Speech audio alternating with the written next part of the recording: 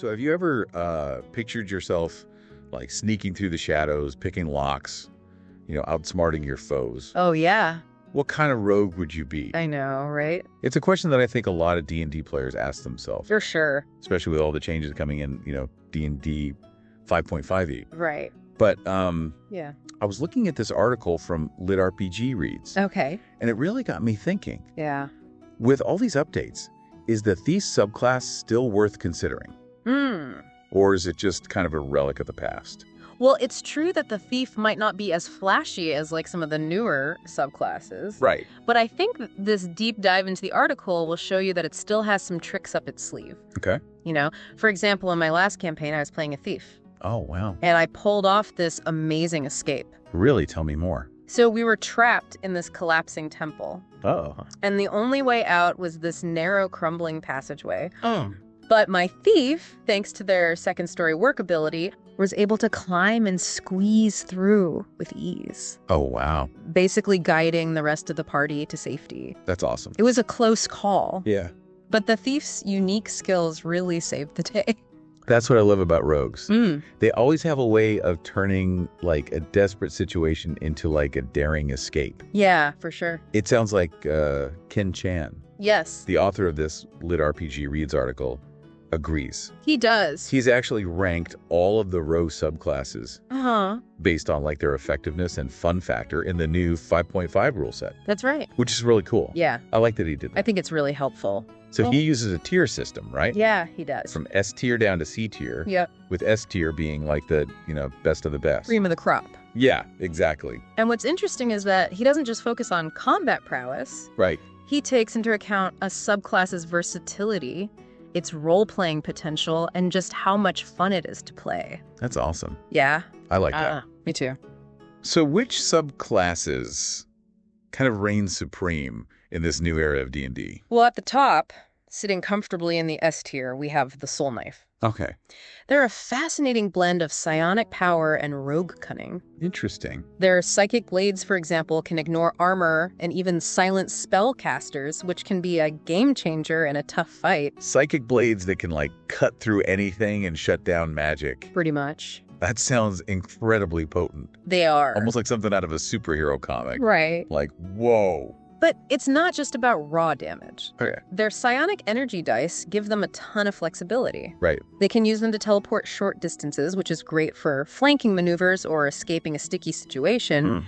Or they can use them to boost their skills, making them even more effective at sneaking, picking locks, or disarming traps. So they're not just powerful, No. but also incredibly versatile. Exactly. What makes them so fun to play? It's the creativity they unlock.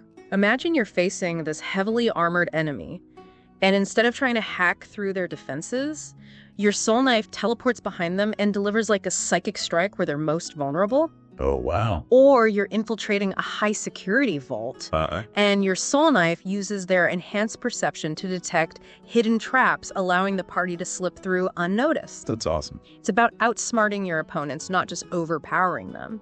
It's interesting that you mentioned like outsmarting opponents because the Soulknife relies on psychic abilities, but the Arcane Trickster, also in A tier, blends rogue skills with magic, right? Exactly. Okay. They're like the ultimate magical con artists. They might not have the raw spellcasting power of a wizard, Right. but they're masters of weaving illusions and enchantments into their roguish repertoire. Yeah. Imagine using an illusion to create a distraction while you slip past a guard, or charming your way into a secure location using magic. Oh, wow. Yeah. I've always loved the idea of an Arcane Trickster. It's like the perfect blend of brains and brawn, using both cunning and magic to outwit their opponents. For sure. Are there any specific abilities that really make them stand out? One of their signature abilities is called Mage Hand Legerdemain. Okay. It allows them to use their mage hand to, like, plant objects on unsuspecting victims, steal items discreetly, or even trigger traps from a safe distance. Oh, wow. It's a classic rogue move, but with a magical twist. Okay, I'm sold. Yeah. If I were starting a new campaign tomorrow, Uh-huh. the Arcane Trickster would be at the top of my list. But before you make your final decision, Okay. let's delve a little deeper into some of the other subclasses. Sounds good. There are plenty of other intriguing options to consider. I'm ready to explore the rest of the rogue's arsenal. Let's do it. You mentioned earlier you were curious about the thief subclass and whether it's still viable in 5.5e. Yeah. Ken-chan actually places it in B tier. Okay. Which might seem a bit low. Oh, wait. But let me assure you, it can still be a blast to play. Especially if you enjoy a more classic rogue experience. Okay, I'm intrigued. Yeah. What makes the thief stand out in this new edition?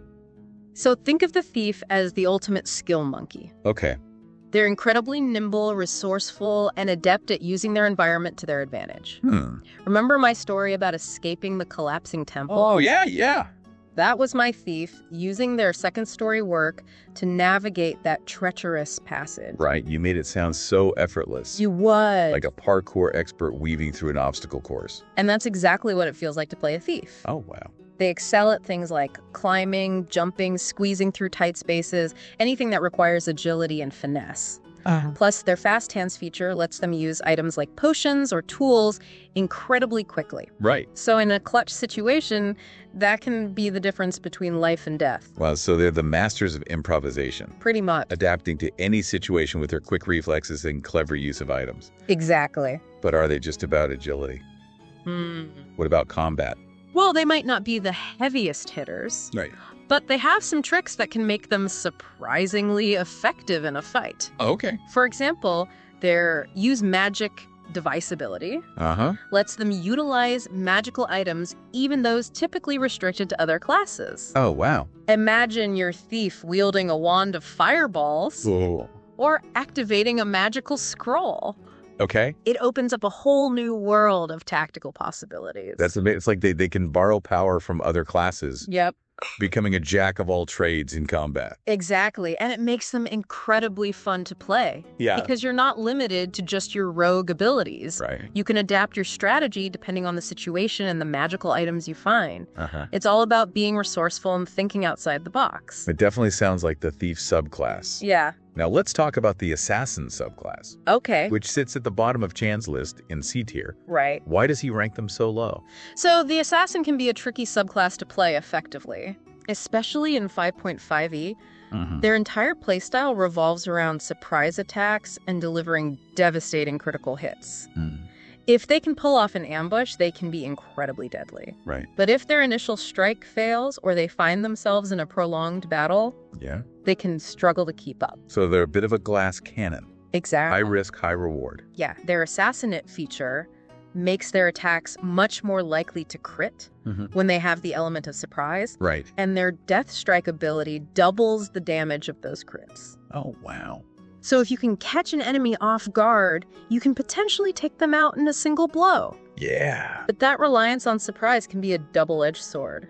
I can see that if the campaign isn't designed for stealth and ambushes, Right. or if your DM is particularly good at keeping players on their toes, Yep, the assassin might find themselves at a disadvantage. absolutely. And that's why Chan places them in C tier. Okay. They're not a bad subclass per se, Right. but their effectiveness is highly situational. Yeah. In a campaign where stealth and infiltration are key, and where the DM allows for plenty of opportunities for ambushes, an assassin can shine, Right. but in other settings, they might feel a bit underwhelming. So it's all about picking the right subclass for the right campaign and playstyle. Exactly. And that's one of the things I love about D&D. There's no one-size-fits-all approach. Right. There are so many different ways to play, Yeah. and each subclass offers its own unique flavor and challenges. That's a great point. Yeah. I think we've done a pretty thorough job of breaking down these subclasses so far. We have. Is there anything else you think we should cover? Yeah. Before we move on to matching subclasses to specific campaigns and playstyles? Well, I think it's important to remember that D&D is a collaborative game. Right. While choosing the right subclass for you is important, it's also crucial to consider how your character will fit into the party as a whole. That's a really good point. Yeah. You could have the most powerful subclass in the world, but if it doesn't synergize with the rest of the party, you're not going to be as effective. Exactly. So before you finalize your character, Okay. talk to your fellow players, see what classes and subclasses they're playing, and think about how your rogue can complement their strengths and cover their weaknesses. That's excellent advice. Yeah. It's a team effort, after all. It is. And a well-rounded party is always going to be more successful than a group of individuals who are all trying to do their own thing. For sure. Okay, so you've convinced me that teamwork makes the dream work in D&D. Yeah. But let's get back to like the heart of our deep dive. Okay. You mentioned matching subclasses to campaigns and playstyles. Right. So where do we begin?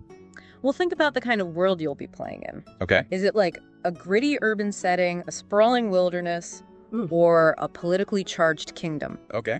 The setting can heavily influence which subclass will thrive. So if I'm picturing a campaign filled with courtly intrigue, like backstabbing nobles and shadowy conspiracies, which subclass would be the most fitting? In that world of secrets and deception, the assassin would feel right at home. Okay.